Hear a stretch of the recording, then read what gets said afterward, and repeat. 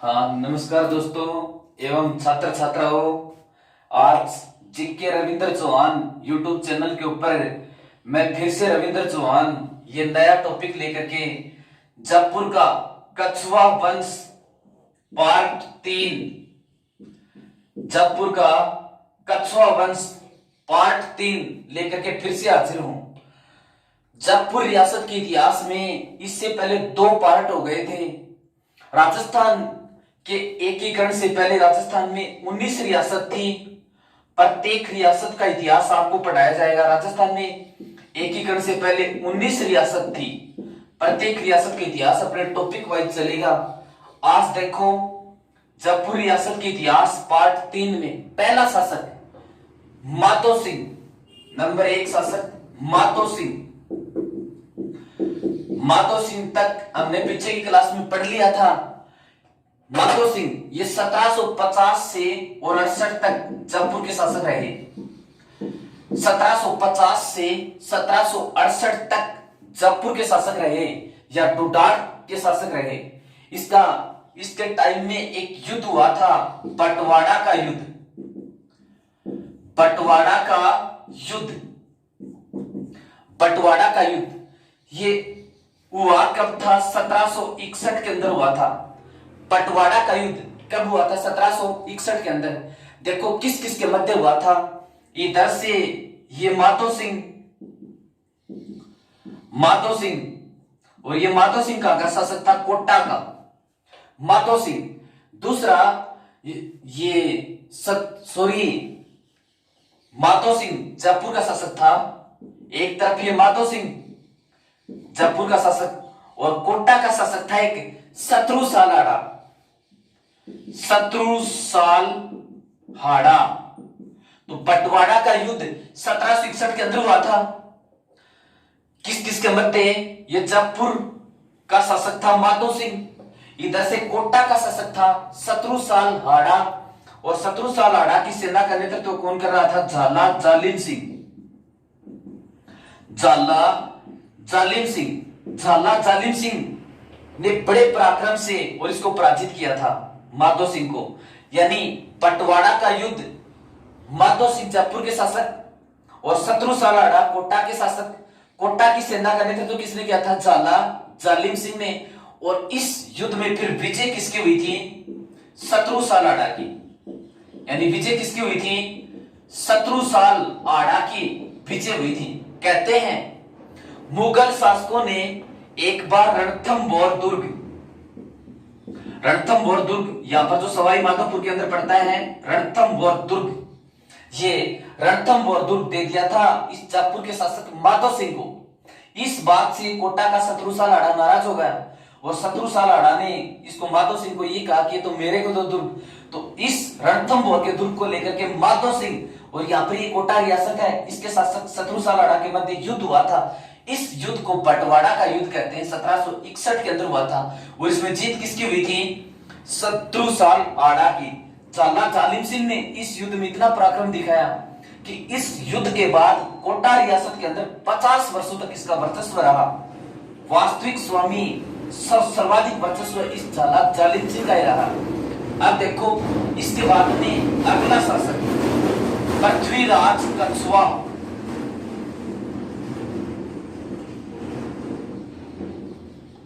पृथ्वीराज कछुआ सेकंड।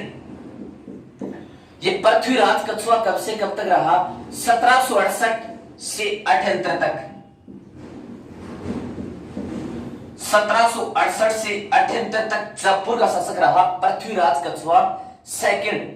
अब इसके बाद में अगला 3 नंबर शासक बनता है प्रताप सिंह। और प्रताप सिंह के ऊपर कई प्रश्न बनते हैं। सवाई प्रताप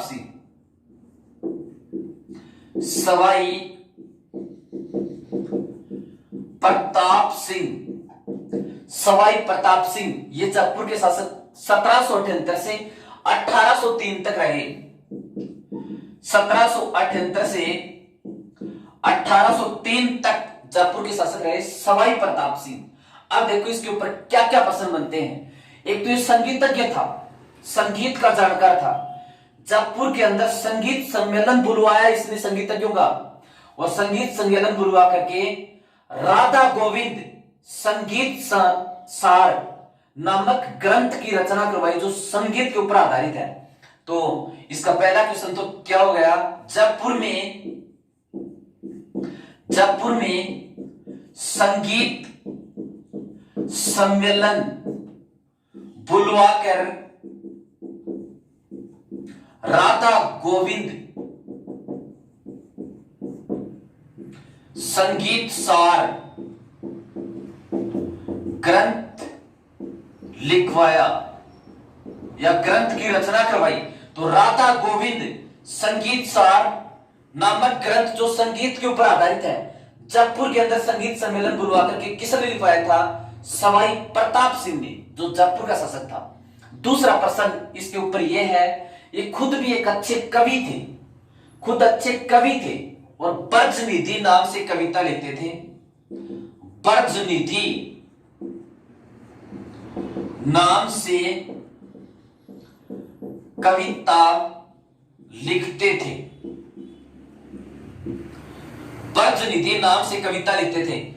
सवाई प्रताप सिंह एक अच्छे कवि थे, ये किस नाम से कविता लिखते थे? ब्रजनिधि नाम से कविता लिखते थे। फिर देखो, इसने जयपुर के अंदर एक इमारत बनवाई थी, आवा महल।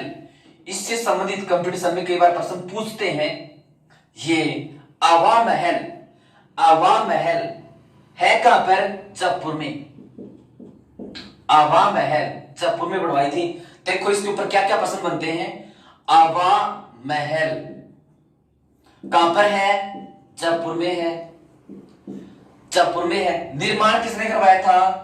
सवाई प्रताप सिंह ने, सवाई प्रताप सिंह ने करवाया था। कब करवाया था? 1799 में। इसकी डेट भी पूछते हैं। आवा महल जो जयपुर के अंदर एक इमारत है, इसका निर्माण किसने करवाया था? जयपुर के शासक सवाई प्रताप सिंह ने करवाया था। और कब करवाया था? 1799 में करवाया था। अब देखो इसके बाद में इसके ऊपर और क्या प्रश्न बनते हैं आवा महल के ऊपर। ये आवा महल बिना नींव के है, इसकी खासियत बिना नींव के है, यानी इसकी नींव नहीं भरी हुई है नीचे धरातल से, बिना नींव के है। फिर इसकी आकृति कृष्ण के मुकुट के समान है, जो सिर के ऊपर धारण करते हैं, यानी आकृति कृष्ण के मुकुट के समान। आवा महल जयपुर के अंदर जो बिना नींव के है, इसकी आकृति किस प्रकार से है? कृष्ण भगवान के मुकुट के समान इसकी आकृति है। ठीक है, ये आवा महल यानी चारों ओर से इसमें हवा आती है, इसलिए राजस्थान का एयर दुर्ग कहते हैं। राजस्थान का एयर दुर्ग, राजस्थान का एयर मानी हवा, राजस्थान का एयर दुर्ग किसे कहते हैं? आवा महल को राजस्थान का एयर दुर्ग किसे कहते हैं? आवा महल को। ये 5 मंजिला है, यानी इसकी मंजिल ये पहली, दूसरी, तीसरी, चौथी, इसकी मंजिल कितनी है? 5। आवा महल कितना मंजिला? 5 मंजिला। अब देखो ये 5 मंजिल हैं, इनके अलग अलग नाम हैं। एक मंजिल, 1 नंबर मंजिल, इस 1 नंबर मंजिल को कहते हैं सर्द मंदिर, सर्द मंदिर। फिर ये 2 नंबर मंजिल है, इस 2 नंबर मंजिल को कहते हैं रतन मंदिर। दूसरी मंजिल रतन मंदिर, और फिर तीसरी मंजिल, 3 नंबर मंजिल विचित्र मंदिर, विचित्र मंदिर। और 4 नंबर मंदिर है वो प्रकाश मंदिर। ये 4 नंबर ये कहलाती है प्रकाश मंदिर, प्रकाश मंदिर। और 5 नंबर जो मंजिल है वो 5 नंबर मंजिल वो कहलाती है आवा मंदिर। 5 नंबर मंजिल आवा मंदिर कहलाती है। तो देखो सवाई प्रताप सिंह 1778 से 1803 तक जयपुर के शासक रहे। जयपुर में संगीत सम्मेलन बुलवा करके राधा गोविंद संगीत सार नामक संगीत ग्रंथ की रचना करवाई। खुद भी एक अच्छे कवि थे, ब्रजनिधि नाम से कविता लिखते थे। सवाई प्रताप सिंह, इसने जयपुर के अंदर एक इमारत बनवाई थी आवा महल। इस आवा महल के ऊपर क्या प्रश्न बनते हैं? आवा महल पहला प्रश्न है कहां पर? जयपुर में है। किसने बनवाया था? जयपुर के शासक सवाई प्रताप सिंह ने बनवाया था। कब बनवाया था? 1799 में। अब ये धरातल से बिना नींव के हैं, बिना नींव के बना हुआ है। इसकी आकृति कृष्ण भगवान के मुकुट के समान है, चारों ओर से हवा आती है, इसलिए इसको राजस्थान का एयर दुर्ग कहते हैं, राजस्थान का एयर दुर्ग। और इसलिए बनवाया क्यों था? गणेश ये उत्सव, गणगौर की सवारी आदि देखने के लिए रानियां छत पर चढ़े तो खिड़कियों में बैठ करके और इसको आराम से गणगौर त्योहार, अन्य त्योहार, सवारियों को देख सकें, इसके लिए इसका निर्माण करवाया था आवा महल का। इसकी कुल कितनी मंजिल? 5। पहली मंजिल सर्द मंदिर, दूसरी मंजिल रतन मंदिर, तीसरी मंजिल विचित्र मंदिर और चौथी मंजिल प्रकाश मंदिर और 5वीं मंजिल आवा मंदिर कहलाती है। ये आवा महल, इसके अंदर मुख्य खिड़की 363 और जो कुल खिड़की है वो 953। मुख्य खिड़की वो 365, सॉरी मुख्य जो खिड़की, ये प्रश्न पूछा हुआ है, इसके अंदर मुख्य खिड़की कितनी? 365 और छोटी मोटी कुल खिड़की कितनी है? 953। आवा महल। अब देखो इसके ऊपर और क्या प्रश्न बनता है। इस सवाई प्रताप सिंह के काल में एक युद्ध हुआ था, तुंगा का युद्ध। तुंगा जो किसी समय जयपुर में था, किसी समय दौसा में था, आजकल जयपुर के अंदर है। तुंगा का युद्ध, तुंगा का युद्ध, तुंगा का युद्ध, तुंगा का युद्ध। देखो तुंगा का युद्ध हुआ कब था? 28 जुलाई 1787 को। 28 जुलाई 1787 को ये युद्ध हुआ था। और तुंगा है कहां पर? जयपुर के अंदर है, या पर ये तुंगा। तो तुंगा का युद्ध 28 जुलाई 1787 को हुआ था। किस किस के मध्य हुआ था ये तुंगा का युद्ध? एक तो सवाई प्रताप सिंह, एक पक्ष तो था सवाई प्रताप सिंह, इसके अंदर इसका सहयोगी था मारवाड़ यानी जोधपुर का विजय सिंह, जोधपुर का विजय सिंह। इन दोनों के मध्य एक पक्ष तो ये था। दूसरा पक्ष था मराठों के मध्य, मराठा। और मराठों का सरदार कौन था? महादजी सिंधिया, महादजी सिंधिया। इनके मध्य हुआ था। देखो तुंगा ये जयपुर में है। जयपुर का शासक कौन था? प्रताप सिंह, सवाई प्रताप सिंह। प्रताप सिंह यहां पर ये मारवाड़ रियासत है। मारवाड़ का शासक कौन था? विजय सिंह, विजय सिंह। यानी एक पक्ष में प्रताप सिंह और विजय सिंह दोनों थे और दूसरे पक्ष में यहां महाराष्ट्र के मराठा थे, मराठा। मराठों का सरदार कौन था? महादजी सिंधिया, महादजी सिंधिया। इनके मध्य हुआ था। और इसमें जीत किसकी हुई थी? सवाई प्रताप सिंह की। यानी विजय किसकी हुई थी? विजय हुई थी जयपुर के शासक सवाई प्रताप सिंह की। देखो मराठों का राजस्थान के अंदर सबसे पहले प्रवेश हुआ था बूंदी रियासत में, यहां पर उत्तराधिकारी संघर्ष को लेकर के। मराठों को राजस्थान में आमंत्रित किया था जयपुर के शासक जयसिंह ने। और सबसे पहले प्रवेश हुआ था बूंदी रियासत में उत्तराधिकारी को लेकर के, ठीक है, उत्तराधिकारी की लड़ाई को लेकर के। फिर मराठों ने राजस्थान की लगभग रियासतों को लूटा और ये टैक्स लेते थे, यानी टैक्स लेते थे रियासत के ऊपर। जिस रियासत के ऊपर यदि आक्रमण नहीं करना हो तो टैक्स लेते थे बदले में। तो जयपुर के शासक सवाई प्रताप सिंह के ऊपर भी टैक्स था। तो इस सवाई प्रताप सिंह ने सोचा कि लाखों रुपए का टैक्स देना पड़ता है, इनके साथ तो लड़ाई करनी पड़ेगी। तो टैक्स की जब महादजी सिंधिया ने मांग की तो इस सवाई प्रताप सिंह ने अपना मित्र बनाया विजय सिंह, मारवाड़ के शासक को। और तुंगा नामक जो जयपुर के अंदर है, तुंगा नामक स्थान के ऊपर प्रताप सिंह और विजय सिंह एक तरफ से, इधर से ये मराठा चले गए। तो युद्ध के अंदर फिर जीत किसकी हुई? प्रताप सिंह की इसके अंदर जीत हुई थी। और इस युद्ध में जब इसकी प्रताप सिंह की जीत हुई, मराठों की पराजय हुई, तो यहां पर ये दौसा के अंदर इस महादजी सिंधिया ने युद्ध से वापस जाते हुए ये कहा था कि यदि मैं जीवित बच गया तो आपका फिर प्रताप सिंह का सफाया कर दूंगा, यानी जयपुर रियासत का मैं सफाया कर दूंगा, ये कहा था महादजी सिंधिया ने। इसी युद्ध के अंदर आजकल ये जो बिसाऊ है झुंझुनू में पड़ता है, बिसाऊ, उस समय बिसाऊ ठिकाना था, बिसाऊ ठिकाना था जो जयपुर रियासत के अंदर अंतर्गत आता था झुंझुनू में। और बिसाऊ ठिकाने का सामंत था, ठाकुर था सूरजमल शेखावत, सूरजमल शेखावत। ये सूरजमल शेखावत ये भी जयपुर की ओर से लड़ता हुआ शहीद हो गया था, यानी मारा गया था। तो यहाँ पर तुंगा नामक स्थान के ऊपर इस सूरजमल शेखावत की छतरी है, तुंगा नामक स्थान के ऊपर, जो 8 खंभों की है, 8 खंभों की छतरी है। तो बिसाऊ ठिकाने का ठाकुर सूरजमल शेखावत ये भी जयपुर की ओर से लड़ता हुआ मारा गया था।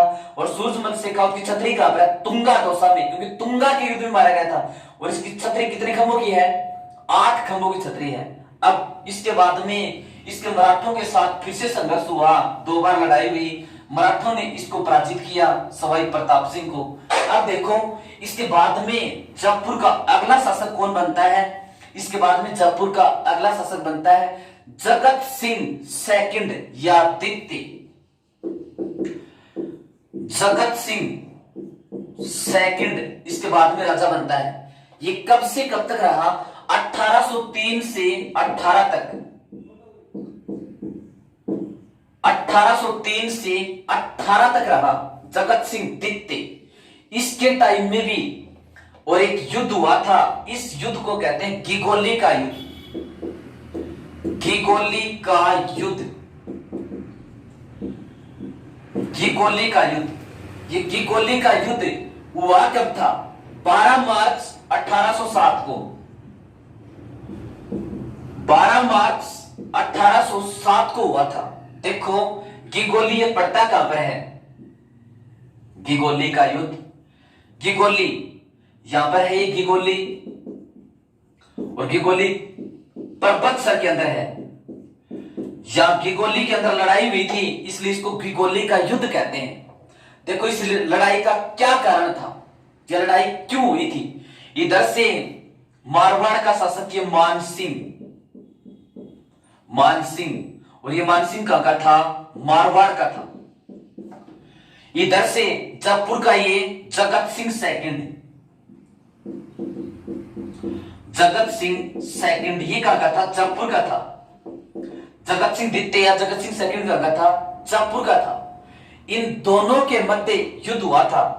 तो घिगोली का युद्ध, जो घिगोली पर्वतसर नागौर में है, घिगोली का युद्ध 12 मार्च 1807 को हुआ था। किस किस के मध्य? जयपुर के शासक जगत सिंह, मारवाड़ के शासक मानसिंह के मध्य। क्यों हुआ था? ये मेवाड़ रियासत है और मेवाड़ की एक राजकुमारी थी कृष्णा कुमारी, कृष्णा कुमारी, जो भीम सिंह की पुत्री थी, भीम सिंह की पुत्री थी कृष्णा कुमारी। अब इस कृष्णा कुमारी की सगाई की गई थी मारवाड़ के शासक मानसिंह के बड़े भाई के साथ, मानसिंह के बड़े भाई के साथ, बड़े भाई के साथ हुई थी। इसके बड़े भाई की मृत्यु हो गई, मानसिंह के बड़े भाई की, तो इसका रिश्ता कर दिया जगत सिंह सेकंड के बाद, क्योंकि इसके बड़े भाई की तो मृत्यु होगी। इसने बीच में बाधा डाली कि भाई मर गया तो क्या बात है, मैं तो हूं। इस बात को लेकर के मानसिंह और जगत सिंह द्वितीय के मध्य अड़बड़ हो गई कि शादी मैं करूंगा, शादी मैं करूंगा। इधर से ये चलाया यहां पर, इधर से ये चलाया यहां पर, और दोनों के मध्य युद्ध हुआ, घिगोली का युद्ध। तो इस घिगोली के युद्ध का कारण क्या था? मेवाड़ की राजकुमारी कृष्णा कुमारी के मध्य विवाह को लेकर के ये युद्ध हुआ था। और इसमें जीत किसकी हुई थी? जगत सिंह की। यानी इस युद्ध के अंदर विजय किसकी हुई थी? जगत सिंह की। इस युद्ध के अंदर जीत हुई थी, जयपुर के शासक जगत सिंह द्वितीय की जीत हुई थी। तो घिगोली का युद्ध 12 मार्च 1807 को यहां पर घिगोली नामक स्थान के ऊपर जयपुर के जगत सिंह, मारवाड़ के मानसिंह के मध्य। कारण क्या था? कृष्णा कुमारी के विवाह को लेकर के, और जगत सिंह की जीत हो गई। बताते हैं बाद में किसी के साथ इसकी शादी नहीं हुई, इसको जहर देकर के इसके भाइयों ने मार दिया, कृष्णा कुमारी ने। ठीक है, तो भीम सिंह की पुत्री थी, मेवाड़ के शासक भीम सिंह की पुत्री थी। अब इसके बाद में अगला प्रश्न इसके ऊपर क्या बनता है? जगत सिंह के ऊपर ये ख्वाजा मोइनुद्दीन चिश्ती की दरगाह कहां पर है? ख्वाजा मोइनुद्दीन चिश्ती की दरगाह, ख्वाजा मोइनुद्दीन चिश्ती की दरगाह हेतु निशुल्क भूमि दान दी। इस जयपुर के शासक जगत सिंह द्वितीय ने ख्वाजा मोइनुद्दीन चिश्ती की दरगाह जो अजमेर के अंदर है, ख्वाजा मोइनुद्दीन चिश्ती की दरगाह के लिए निशुल्क भूमि प्रदान करने वाला जयपुर का शासक कौन था? तो जयपुर का शासक कौन था? जगत सिंह द्वितीय। फिर से सुन लीजिए, ख्वाजा मोइनुद्दीन चिश्ती की दरगाह जो यहां पर अजमेर में है, ख्वाजा मोइनुद्दीन चिश्ती की दरगाह निर्माण हेतु निशुल्क भूमि दान देने वाला जयपुर का शासक कौन था? जगत सिंह द्वितीय था। जगत सिंह द्वितीय था। अब देखो, इसी ने 1818 में ईस्ट इंडिया कंपनी से संधि कर ली। 1818 में ईस्ट इंडिया कंपनी से संधि की। ईस्ट इंडिया कंपनी से संधि करने का मतलब अब ये रियासत अंग्रेजों के अधिकार क्षेत्र में आ गई, अंग्रेजों की गुलाम हो गई। तो ईस्ट इंडिया संधि से जयपुर रियासत ने कब संधि की? 1818 में की। जयपुर के किस शासक ने संधि की? जगत सिंह द्वितीय ने की। 1818 में ईस्ट इंडिया कंपनी से संधि करने वाला जयपुर का शासक कौन था? जगत सिंह सेकंड था। बताते हैं, इसको एक रसकपुर नामक वेश्या से प्रेम हो गया था। रसकपुर वेश्या से प्रेम हो गया था। बताते हैं, इसको रसकपुर नामक एक वेश्या से प्रेम हो गया था। किसको? जगत सिंह सेकंड को। इस रसकपुर वेश्या को ये हाथी की सवारी करते हुए और रानी के बगल में बैठाता था, यानी इसका स्थान रानी के बराबर देता था। हाथी पर बैठाते समय रसकपुर को रानी के बराबर में बैठाता था, यानी इस रसकपुर वेश्या से जगत सिंह द्वितीय को प्रेम हो गया था, रानी के समकक्ष इसको बैठाता था। इस रसकपुर वेश्या के नाम से इसने जयपुर के अंदर सिक्के चलाए। रसकपुर सिक्के, रसकपुर सिक्के, रसकपुर सिक्के। तो रसकपुर सिक्के किसने चलाए थे? जय सिंह सेकंड ने। किसकी स्मृति में? रसकपुर वेश्या के नाम पर चलाए थे। अब देखो, इसी कारण से इसको जयपुर का बदनाम शासक कहते हैं, यानी वेश्या के कारण से बदनाम हो गया ना, जयपुर का बदनाम शासक कहते हैं। तो जयपुर का बदनाम शासक किसे कहते हैं? जगत सिंह सेकंड को। जगत सिंह सेकंड को जयपुर का बदनाम शासक कहते हैं।